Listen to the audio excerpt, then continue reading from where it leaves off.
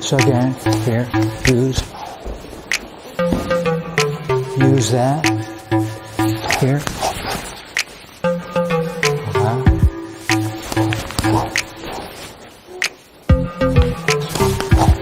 You probably may not see this, but you would see it in slow motion.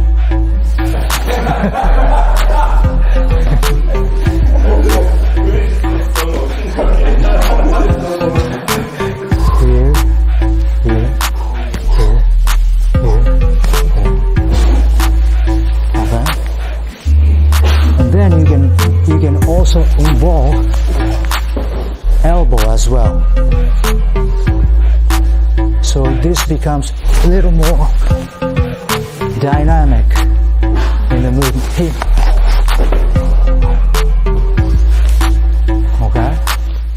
So it's all using all this wrist and the elbow. And then you can also step out here. You can step to the side, you can step to this side. I mean, there's different variations, but yeah, try this. Try using this. Okay? And yeah, if you have a question, let me know.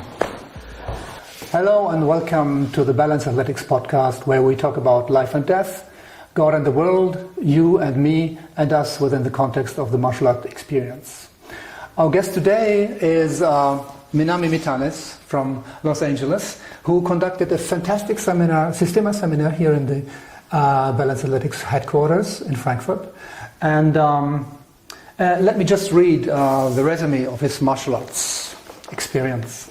Menamy Mitanes is a fully certified Systema Instructor by Vladimir Vasiliev, which is the technical director of the Russian martial arts Systema. He trained with Martin Wheeler for many years and works now as a master instructor at the Academy Beverly Hills in Los Angeles. Menamy trained in numerous martial arts in the world throughout his life, from Japan, China, Brazil, Philippines, Russia, and others.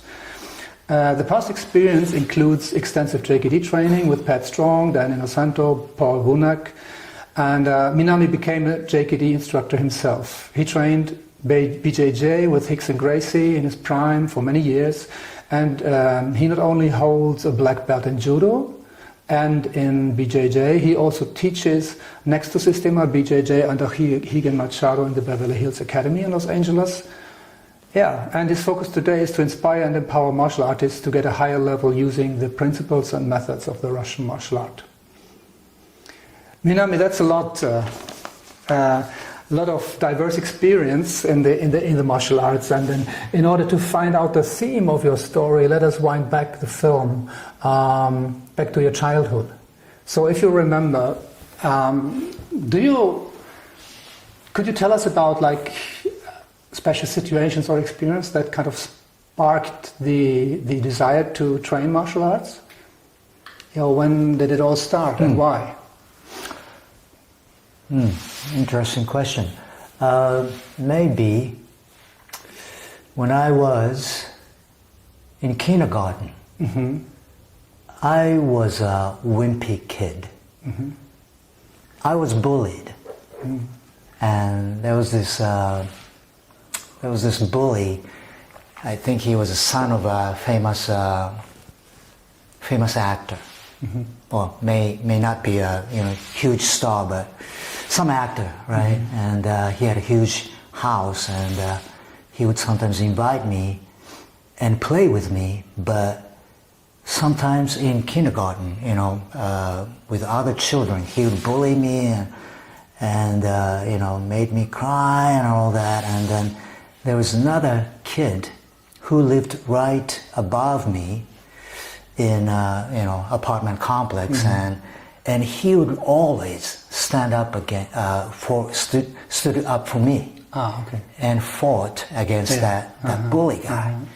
And he was my hero. And maybe, I don't know, maybe it went from there. I think I didn't just want to be bullied, and someday maybe I wanted to be strong and I don't know. That's when I ask this question, many people, they say, feeling inferior or feeling weak, or maybe kind of being smaller than the others. It's often a reason why. What I find it interesting that you talk about, seeing what another person is doing for you, like kind of a hero, the hero thing, that you use the skills you have for a good thing. No? Yeah. I think.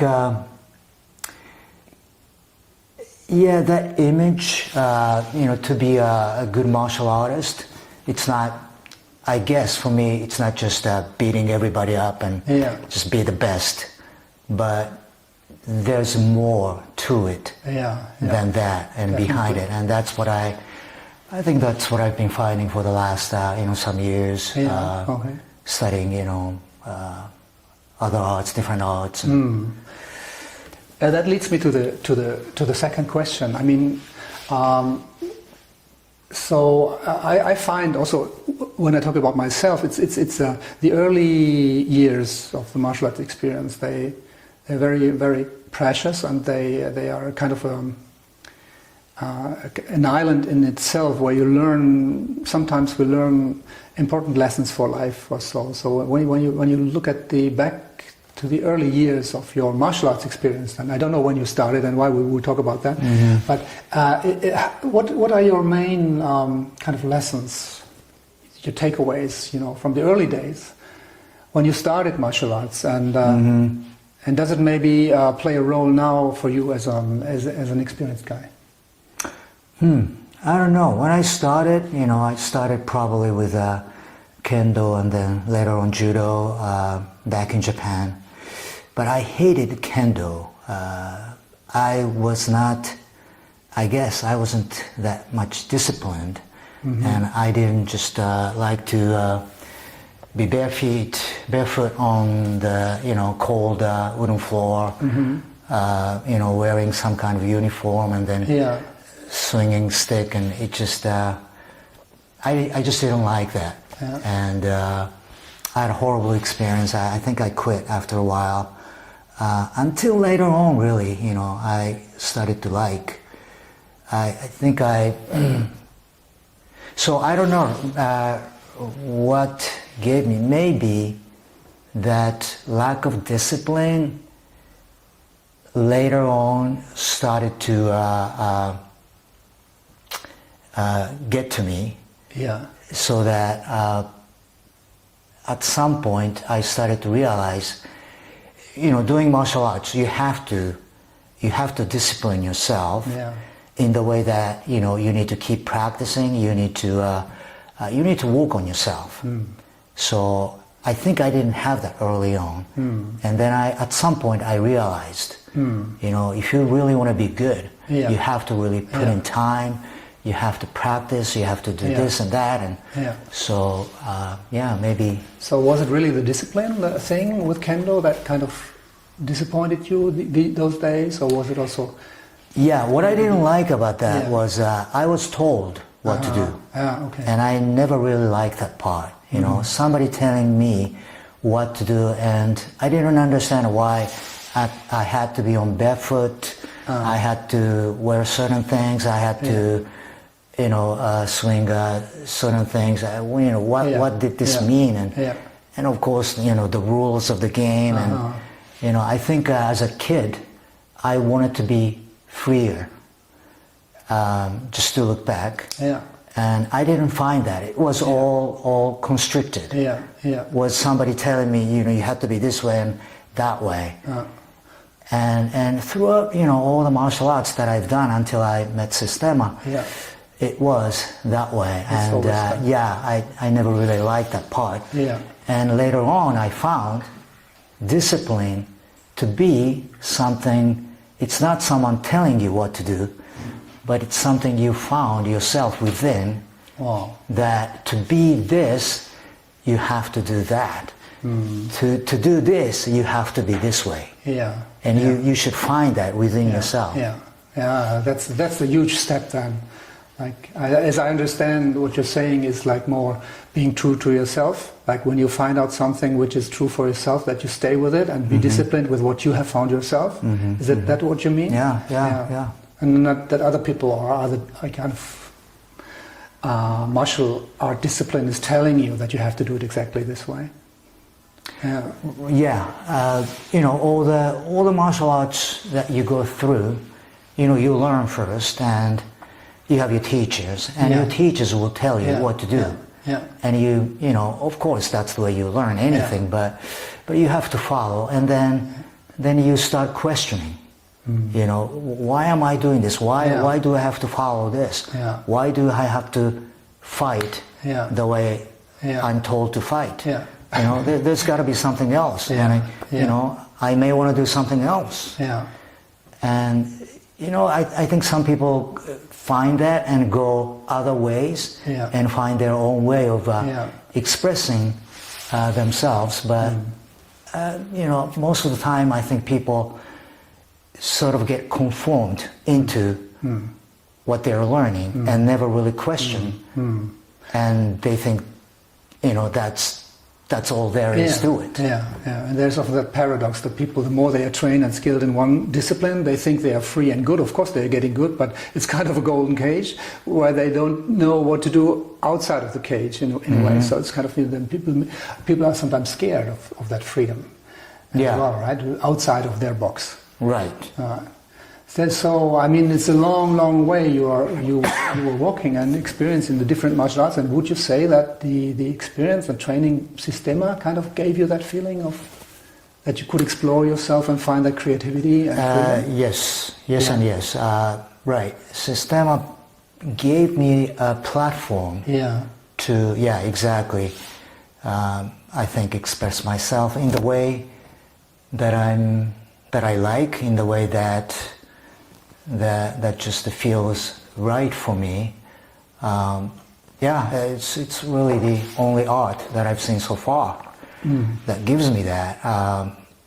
Other martial arts are more restricting you, but in Systema you find the other way. It sort of can be what you want it to be. You know, if you're following certain principles, yes. And for how long have you been training Systema now? I think it's about maybe 16 years, maybe 17, somewhere around there. So did you like then? I know a little bit about it, but not everything. And for our audience, did you then stop training other things when you started practicing Systema? How was it? Was there a conflict? So that what interests me personally as well. Doing other things in parallel. Yes. So I didn't stop other arts right away. I was training back then. I was training in BJJ, JKD, Filipino arts, and you know, different stuff. But when I started in Systema, well, you know, I started with Martin Wheeler, as you know, and one of the best advice that he gave me was to stop other martial arts, so that I could focus on Systema and know what it's about. I think that's what he told me to, and I resisted it because I didn't want to give up on BJJ, give up on, you know, JK and other stuff, and so I kept training other stuff along with Systema for maybe a year or two, and then I started to realize, you know, that I need to drop some of the arts so that I can really understand Systema, and he was right about that. Was it a question of like the quantity, like the training hours, or the practice itself, or was it like that you kind of mentally being kind of too much in? Excuse me. It's not so much the hours. It's more to do with the way you train. So in Systema you pursue certain principles Yeah. of system and of really martial arts and beyond. And when you do that, other martial arts get in the way. Because a lot of other martial arts are more about how to win a fight, how to how you learn the techniques and so forth. And when you do both, it just they're getting in the way of learning principles. So I started to realize that, and I started to drop one by one. Plus, BJJ, I hurt my shoulder badly, so I had to quit for quite a while. So I started to drop one by one other arts, and for the last for quite a while I just focused on Systema. So, and when you do would you consider yourself as a Systema instructor and teacher, kind of 100%? So when you're teaching and practicing Systema, or when you teach and think about Systema, you have, of course, all the other experience in the background, right? JKD and all the other experiences. And how do you then kind of, when you, that's what in my mind, when I have also kind of diverse experience, and when I do Systema, something comes up, and it's not the same thing, actually. I'm not repeating something I did in the past, but it kind of transforms in a way. It's kind of, there is a sort of a miracle here, so that it becomes in a way adapted to the situation here and now, where I could call it Systema. Is that familiar to you? How do you? Yeah. I mean, it's not like that you kind of quote something from the past.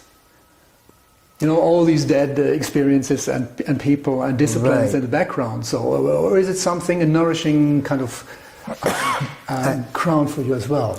Yeah, I think, of course, all the experiences that you've had, I've had, that is in my background, and you can't really get rid of them. Yeah, it's there, but it's you don't have to get rid of them.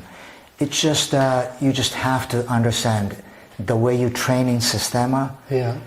Is a different training and different experience. Yeah. So, but once you understand, good part of Systema training, and then that kind of goes back into whatever you've had in the past, and you can revisit them with what you learned in Systema, and then I think you can make all that past experiences better using Systema principles. Yeah.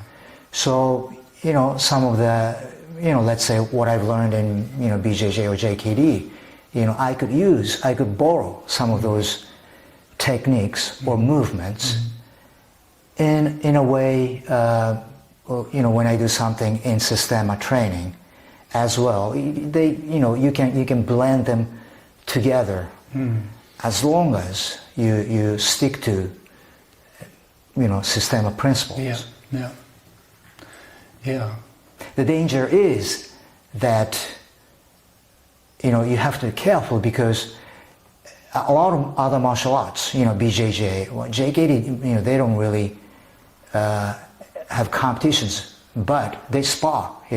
When you spar, it becomes a fight, and then you start to lose the principles underneath, because you're focused on fighting and winning. So you always have to be careful how what your goal is. Is winning a fight is your goal, or learning and principles is more for you. You just have to weigh that in. That's a very different approach too. Yeah. So, and these 16, 17 years of practicing and then teaching Systema only, quote unquote, that's a long time. Well, for a while, and then the last, just to be correct, last 5, 6 years, 7 years maybe, I going back to jiu-jitsu as well, because that came back. So you're teaching. Yeah, the academy, well. you know, with Martin and Hegan, and so I teach both. So. Yeah. But then the background of my question is like many people, they get kind of there is this kind of it's difficult not to repeat oneself, you know, because we're always we were working with the same principles every day. Of course, it's very fresh when you have to create the situations in Systema, but on the other hand, there's also, like, you know, the same groups, the same type of people, the same situation. You kind of come back to the same themes and so on. During the years, sometimes people are kind of getting not really bored, but they start repeating themselves and become a routine. And how do you deal with that? Do you experience that? And you mean in training? In training, and, you know, later we'll talk about, you know, training, martial arts, and, you know, daily life. I want to touch that aspect of what keeps you driving. What is driving you inside, from the inside? You know. Well, because, for example, in training, you know, we do. Well, you don't really repeat it, though. It's, you know, you do go through, let's say, you know, push-up exercises or squats and stuff, you know. You do the same thing, you know, every day or a lot of times. But each time when you do it, it is different. And it should be, because each time you do it, you should be learning something. So you're never really repeating it. You know, the knife training. A lot of times, you know, the guy is coming at you with the knife, and, you know, you may be escaping the same way over and over. But each time, it's different. It should be. You shouldn't be thinking, okay, I've done this movement. You know, oh, I know this. Rather, each time you want to make it better, because you can. And I think that's what I do every time I train and do something, even in a similar drills and training. I find it something new if I pay attention. You know, if I just don't pay attention, it's like it becomes boring, right? It becomes a repetition. Repetition, right? But you don't want to do that. You know, don't repeat it. Just focus on, you know, the task at hand, and then you should find something new that you didn't see before. I totally agree. So I see many people in my career that they start repeating that. They realize that they're repeating themselves, and they're getting bored, and then they quit in a way. So it's one of the biggest secrets of Systema practice, I think, that it's very difficult to get bored, because you're touched kind of really in a fundamental way, like you're touched as a person by the things we do, the hitting stuff, and so you can't be just, you know, think about something else. We're so involved in that practice. I mean, totally. If you get bored, you're not training it right. You know, it should be. I can do the same movement over and over and over. You know, simple movement, and I don't think I get bored. In fact, I like repeating things. That's fantastic, because it's new. It's the same thing, and it's always new, like at the same time. And the funny thing is, though, just to, you know, because you mentioned repetition. It's not something we really train in Systema, because Systema is kind of organic, spontaneous, and you know, it's in the moment kind of a training. And if you look at other martial arts, they repeat. They repeat the same movement. You know, you have your you know, whatever the arts, your kata forms, and then you know, even in Philippine martial arts, you know, you repeat the same patterns of movement over and over to get that pattern of drills. But Systema, we don't have that, and I think you should do the same movement over and over, but not in the mindless way. But you pay attention each time. But you need to repeat the movement over and over, because it just you can make each movement more, make it function, functionalize your the movement for you. So I think it's a good idea to repeat things. Doing things with awareness makes them unique, because we are unique in a way. So that's Well, each person is unique, and that's what you need to realize, right? I'm talking about everyone. Every person is unique, so that's why Systema. Know yourself. So what is your inclination? What you're good at, what you're bad at. You have to know all those things, and then you're already unique. There's no other person like you on earth. You mentioned Martin Wheeler, which is also which is a teacher of mine, which is my main Systema teacher. But you know him longer than me, and just curious, how would you and the question goes together with what changed in the world of Systema in the last 15 years. But there's two questions actually. When you see, as as a direct student of Martin, how did he change over the years, and does that go together with how Systema changes or evolves? Maybe I know it's two questions, but maybe they're intertwined. Yeah. Well, okay. One that comes to my mind.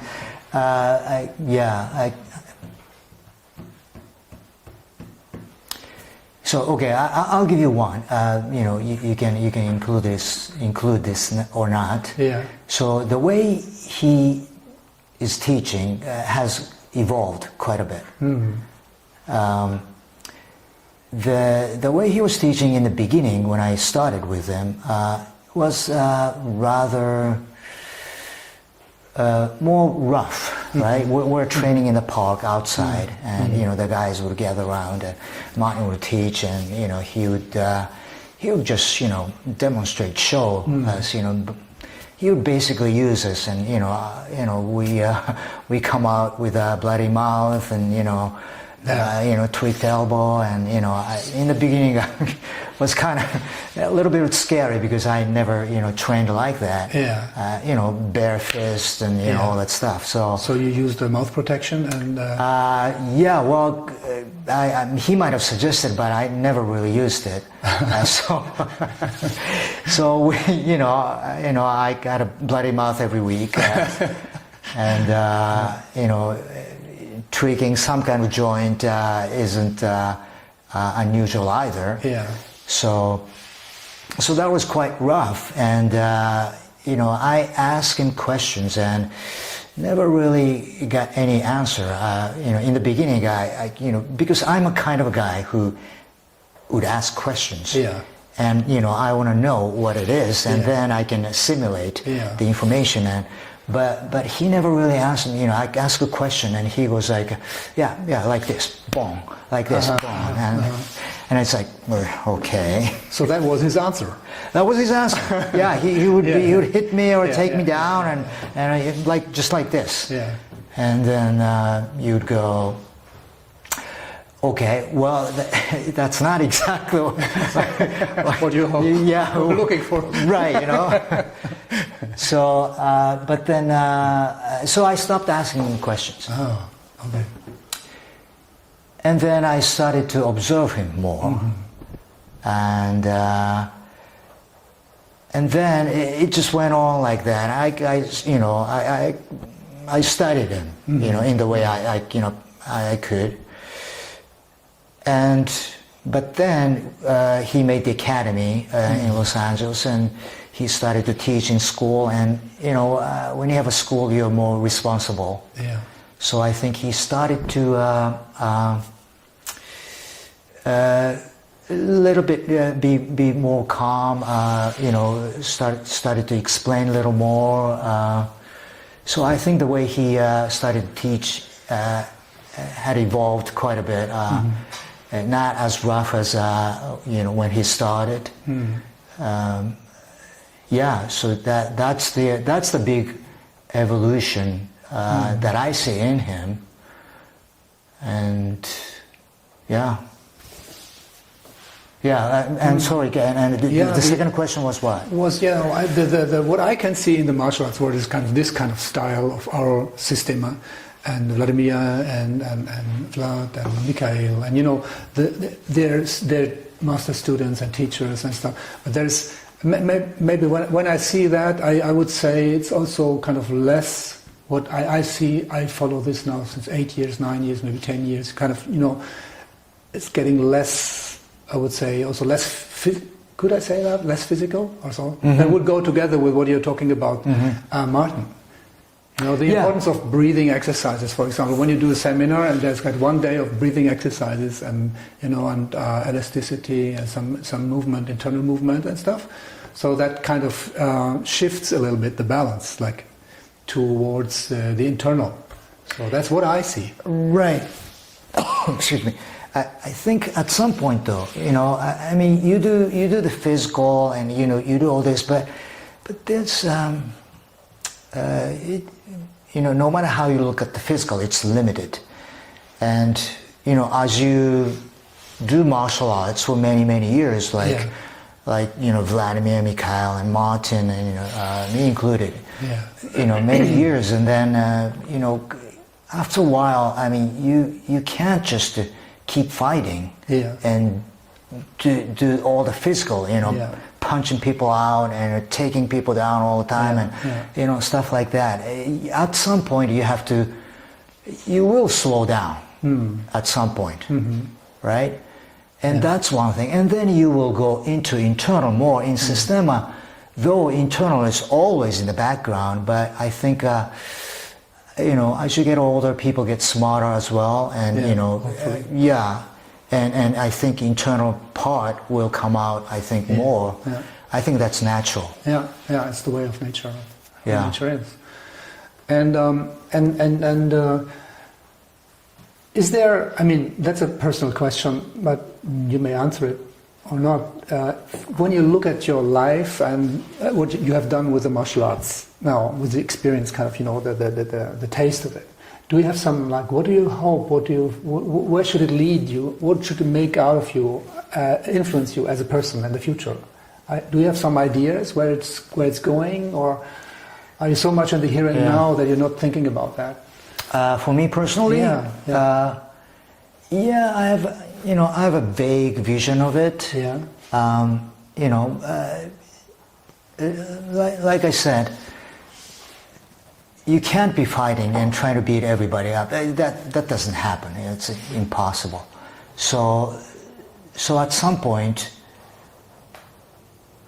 that won't be your purpose. No matter who you are as a martial artist, you can go into boxing ring or MMA ring and be a champion, but you can't be a champion forever. Yeah. You have to stop at some point.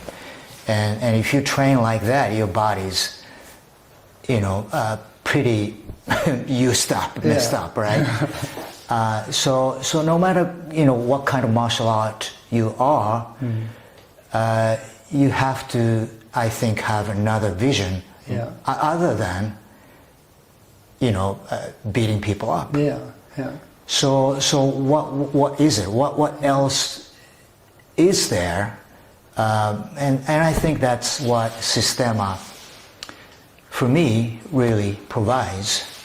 It's not just martial art in Systema. To me, is just a tiny part. What Systema teaches me is about life. How you hold yourself, who you are, and that just reflected upon what you do in martial arts. Yeah. But it's a life at large. So when you look at it that way, then it's not just physical, and then it is the internal. We kind of touched upon, and internal is your internal being, and what you have as a human being. You have internal components, your thoughts, emotions, and visions, your senses, and all that stuff. And then the best that you can be is in that internal state. So that's where the exploration goes to, because that will be reflected upon the physical as well. So the walk, yes, goes into more internal. And but for now, though, I'd like to, as much as I can be physical, I'd like to be physical. I'd like to use that internal, consciousness, how I hold myself within my, what is the best state of consciousness to be the best martial artist physically. So that would be my sort of still pursuing that goal. To have that great state of consciousness. How do I reach there? And how do I keep myself there? Is another question. How do you stay there? How do you stay there? Right, because life takes you out of that. Something happens, somebody says to you, and you get upset, and then you down, right, exactly. So you want that, state. You want to prolong that state. So if you can keep that state and then still get into a fight, that would be great. That would be, where I would try to go to. Does that has something to do with discipline as well? Is that the kind of discipline that it's really necessary? Sure. Yeah, I think so. Because discipline to work on yourself. Because to reach that higher consciousness, you have to work on it. It just doesn't come to you. Right? So you have to study yourself, and you have to really study how to get there. Doing things you need to do. Whether it's meditation or I don't know, training in martial arts at large included. There are different ways of getting there, but yeah, sure. I think it's a discipline. Yeah, that's great. Vladimir Vasiliev, he often talks about, I heard him saying it several times, striking with love, hitting with love, which is a very interesting and kind of a phrase that it's difficult to understand. I mean, with the brain, with the mind, I think it's difficult. It's impossible to understand. Hitting with love, love for me, it's something that embraces everything and that doesn't destroy in the first place, but embraces everything, even the evil, and then with that contact kind of creates a good thing. So that's how I feel and understand the phrase. And then hitting with love, so I have some ideas and experience, but that interests me very much. How do you see that? I mean, I totally agree. That's where I think I was drawn to Systema more and more, probably some years on. I think it was Martin who told me, you're not learning how to fight here. And how not to fight. I think he said something like that. And that just, kind of, at the time, I went like, okay, what does that mean, right? And then, I heard about, all kinds of things about Systema, healing and all that. And I started to, it started to click inside of me, and I was doing other martial arts as well, and I know some of the Japanese martial arts, and the philosophy, some of the Aikido philosophy as well, and there's always that love thing in there and healing in there. So so that was my question as well. You know, how do you fight someone with love? Yeah. And yeah, that's always it's a never-ending sort of quest. Yeah. For me, I would train, and I would hitting somebody with initially with a lot of tension, with anger and all that, because that was I thought that was what you're supposed to do in the beginning, right? That's what I learned in other martial arts, and then it was a totally flip side of it. Yeah. And then, but that exactly, if you have that consciousness behind it, that would take out your tension. And we used to have one of my students had this phrase called happy hits. Yeah. So when we hit, we're laughing and we're happy, hitting each other. Yeah. And that relaxed, state. Yeah. And hitting in that way, it's a different effect. Yeah, I love that. Yeah. Yeah. Happy hits. Happy hits. We said we would make a T-shirt of it. Maybe that's really cool. Maybe that's another idea. T-shirt. Because my understanding in the beginning was because they're often talking about neutrality, being neutral, and not being not feeling pity for yourself, and not being to be kind of emotional in a way, to have a revenge spirit, like just being neutral. But for me, when I try to do that, and I'm kind of being more calm and stuff, then it's kind of neutral means kind of a gray zone. So there's not really a happy feeling. It's just gray. It's kind of you're just doing things without any empathy, and being neutral is kind of not existing on the same level, in my experience. So either I'm empty and neutral, right, or when I'm empathetic, that's my experience. I'm not hitting that hard. I'm thinking about the guy or the woman, and maybe what is about the human being more than the adversary. Like the enemy, I think that's a good direction, and I do that too as well. Vlad talking about hitting with love, it's great, but I think there may be a bridge to it, which is yes, you have to be neutral first, because when you are neutral, sometimes I teach it in a way that to take out the emotions, because when you're in a fight, love doesn't come into it. Yeah.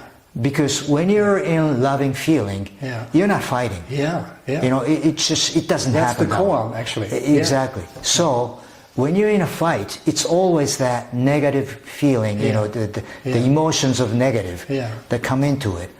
But you can sort of drop that and be neutral about it. Yeah. In order to do that, you may have to be a little bit of mechanical, which is like you become like a kind of like a machine. A little bit, yeah. Right. Yeah. So when you hit, you're not hitting. Yeah. This is what Bruce said actually. Yeah. It hits. Yeah.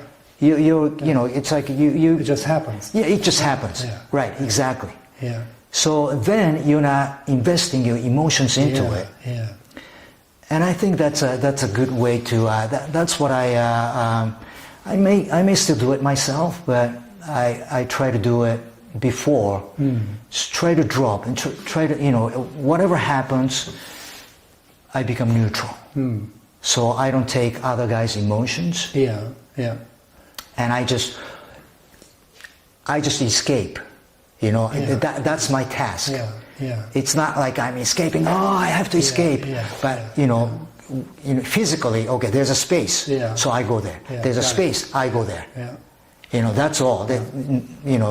No emotions involved in it. Yeah, maybe that's the possibility we have, one has, to be as close as possible in that situation, stressful situation, to that kind of maybe Yeah, that's a field of super high expertise to, in my understanding, feeling love and kind of doing all that stuff and destroying, and that's embracing it. That's kind of far out. But maybe that neutrality is being neutral is kind of a little bit closer to right. And the other way, well, it's not the other way, but in addition to that, if you have such a let's say if you're transcendent, if you transcend all these your ego and all these things that you do in life, and like nirvana kind of state,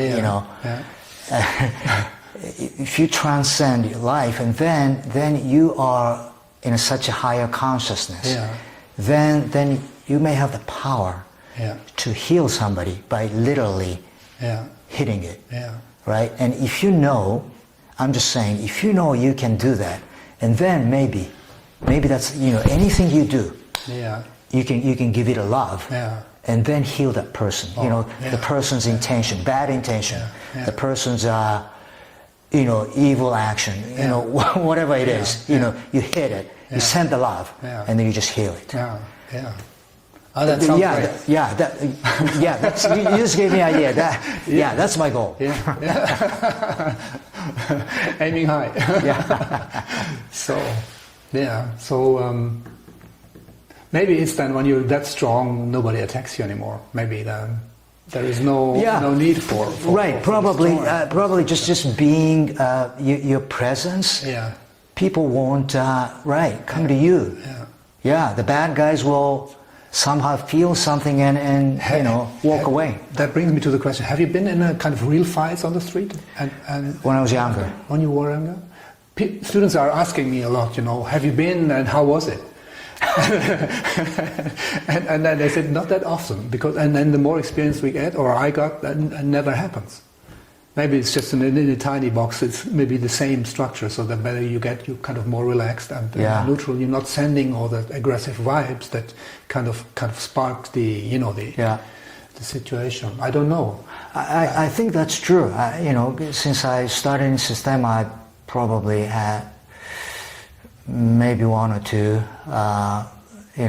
scuffles here and there, but I think you're absolutely right, because if you hold good consciousness, good intentions within yourself, I think it repels, and you don't go there, right? If when I was younger, I was looking for a fight because I wanted to test myself.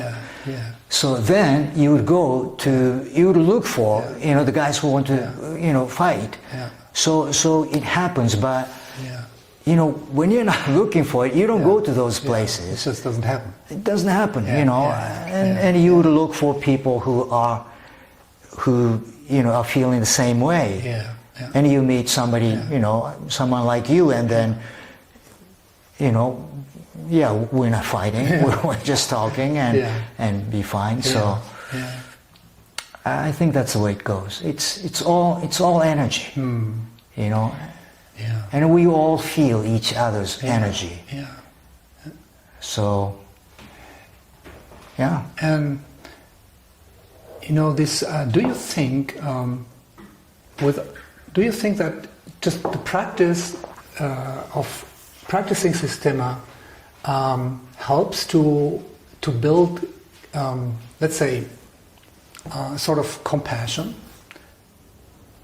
I mean, your Systema is so. When I see kind of people coming from boxing or Wing Chun, for example, when they say they want to destroy and hit the others, but they want to get hit themselves, so they don't train that. So and then what training, getting all that hits and impact and trying to use and transforming the energy, the impact, and on an energetic level, I think that makes a lot with us as a practitioners. And I'm not sure, but and that's the reason why I'm asking the question. Do you think that Systema practice builds compassion for others, for yourself? Yeah, absolutely, absolutely. And you have to get hit. Right. You have to get hit. You have to get taken down. You have to get submitted, you have to get choked, all those things without being damaged, right? Because, you don't really want to go there. Being damaged, I think you may learn some lessons, but in Systema training, you get hit and you feel what that is, right? Yeah. And then you can hit. I used to say, you can only hit a person as much as you can take. Yeah. And I think it's still true, because if you haven't been hit, and if you're only trying to hit somebody, you're cheating yourself, and it's irresponsible, because you don't know what that feels like, whatever you're doing to the person, right? You gotta feel that first yourself. You cannot build up compassion because you don't feel it. Right, exactly. Hit me first, boom. And I get, okay, that's what that is, okay. It hurts, okay, but I took it, I'm okay, okay. So I hit you the same way, because I know you're going to be okay. Yeah. And is there a transformative quality in that martial art, Systema? So does it mean that you practice for a couple of years Systema, you will be a different person? You cannot avoid it? Well, it depends on how you train. Yeah, I mean, let's say that you really daily practice and you really deep contact and you're really going into the practice. So it's important to really understand the principles of Systema, right? Yeah. If you really learn it good, and then I think yes. Yeah. But some people learn Systema, but only.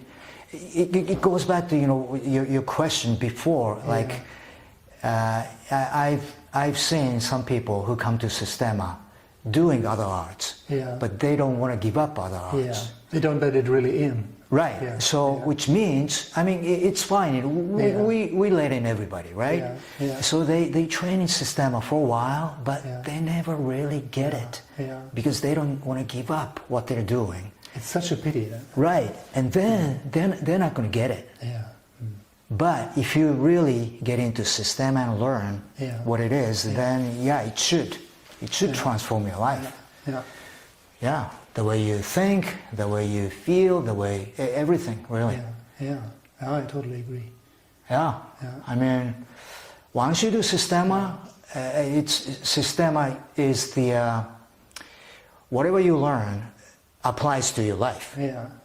Whatever you do, train, in a training place, it exactly applies to your life. Yeah. And I think that's true, and my students tell me that's true. Yeah.